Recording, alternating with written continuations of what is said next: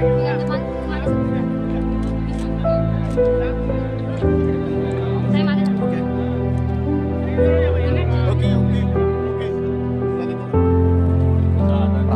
क्रांती संस्था संघटनेचे आमचे संपूर्ण सर्व पदाधिकारी आज रोजी गणतंत्र दिवसाच्या निमित्ताने आम्ही आज जिल्हाधिकारी साहेब यांना निवेदन दिलेले आहे आणि पालकमंत्री साहेब माननीय गुलाबराव पाटील यांना आम्ही दिव्यांग बांधवांच्या आज तोडकी मुडकी आम्हाला 1500 रुपये पगार मिळते. तर 1500 रुपये पगारमध्ये आमचं कुठलंही काही उदरनिर्वाह भागवू शकत नाही आणि भागवतही नाही.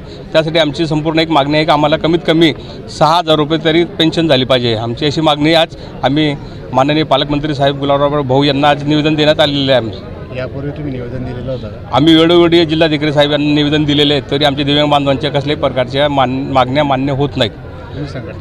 आम्ही प्रहार दिव्यांग क्रांती संघटनाचे आम्ही सर्व पदाधिकारी आहेत. मी जळगाव जिल्हा अध्यक्ष आहेत.